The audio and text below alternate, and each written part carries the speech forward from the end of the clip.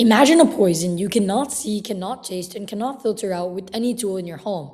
It's in the blood of 98% of Americans, and the device meant to remove it has no way of telling you when it stops working.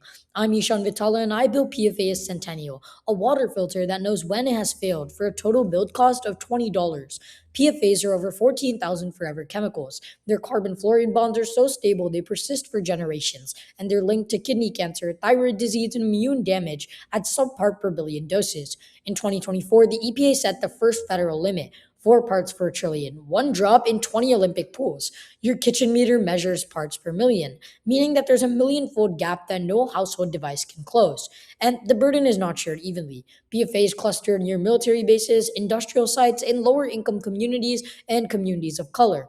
The people most exposed are the least able to afford a $300 lab test or $500 filter. So I mapped out every existing option on two axes: accessibility at the top and real time predictive feedback. Lab methods are accurate but cost hundreds and takes weeks. Brita and Pure are cheap but swap cartridges on a blind calendar. One quadrant sits empty, cheap and productive, but that is the gap that PFAS Centennial fills. So here's why that gap is so dangerous. Absorption is nonlinear. A filter doesn't fade gradually, it runs clean, then breaks through suddenly as its sites saturate.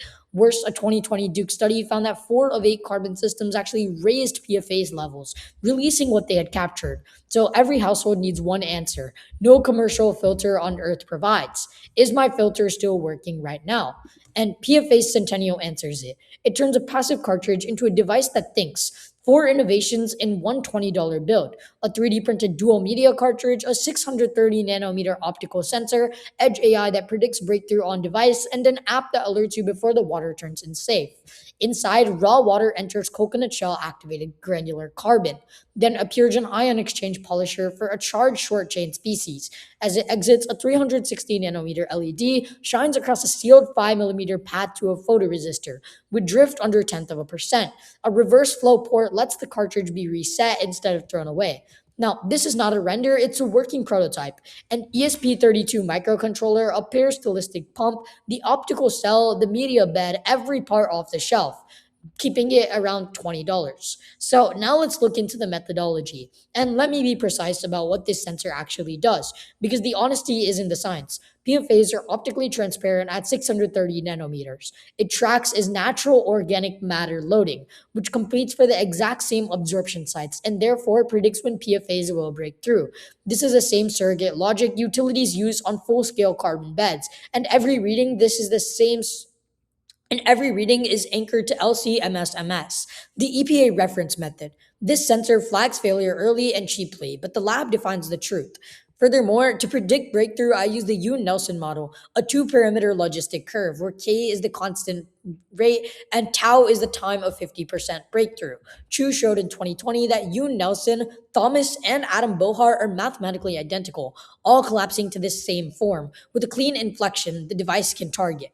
And I reframe this as motion. Filter health is a point in the K tau plane. Every 60 seconds, the device re-estimates that point. Real use traces a path across this surface from safe into breakthrough. And regeneration is a reset map that pushes the state backward towards the origin, extending the cartridge's life. And this curve isn't an arbitrary fit. The equation inside the cartridge is a Sturm-Liouville operator, the same math behind heat flow and vibrating strings. Its solution is a sum of decaying models. The slowest dominates, and Yoon-Nelson is simply its leading term. The model is a closed form solution of a 200-year-old physics equation. But standard Yoon-Nelson assumes that a filter saturates and stops. Reality is worse. In a mixture, tightly bound long chains displace weakly bound short chains, pushing the outflow above the inflow. And overshoot, the classic model can't represent. I added the Kroll 2022 desorption term and recovered the overshoot on a 5 PFA spike, R squared about 0.95. And that is the difference between a filter that warns and one that silently poisons. Affinity follows chain length. Long chains break through last, short chains first, and then are actively displaced. Modeling the full competitive system is what utility engineers do, and it directly addresses the Duke finding from earlier. So, which breakthrough model is actually correct? 5 fit reasonably. So instead of picking one and inheriting bias, the device runs all four and averages them, weighing each by predictive accuracy. The black curve is the ensemble, the band is honest model uncertainty, and it never reports a bare number. MCMC samples the posterior over K and tau every 60 seconds, producing 95% credible intervals, 10,000 samples converging on device in 38 seconds to within 4 minutes of true tau after just 40% of the run. Layered on top, a gradient boosted classifier, quantized to 8-bit, running fully on device and no cloud. The mechanistic model gives interpretability. The machine learning captures matrix effects and that the equation misses. And SHAP values explain every prediction.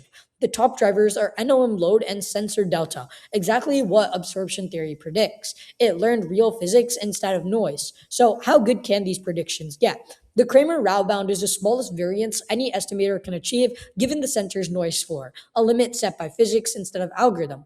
My estimator reaches 92 to 95% of it, meaning there's almost no headroom left. Better predictions now mean that there's better sensors. And to ask if the loop is stable, I define a function v as squared distance from the safe set. Along every possible trajectory, v either decreases or triggers regeneration, the same Lyapunov argument that proves stability for spacecraft and chemical reactors, meaning that no hostile water can drive the device into a state that it cannot recover from. So, one more check, model free, a time delay embedding lifts the one-dimensional signal into a point cloud whose shape changes at breakthrough. Persistent homology used in cardiology and seismology flags that as long-lived topological feature. The device sees failure as a change in the shape of its own state space. Put together, this is a genuine control system. Most filters are open loop, water in, water out, with nothing measured. PFA Centennial senses, predicts, and decides a traffic light state and acts, alert and regenerate. Then it measures the results and repeats. From photoresistor to phone in 2.4 seconds, inference runs on device. Firebase relays, a push hits the app. 73% of that latency is network transit instead of compute. The prediction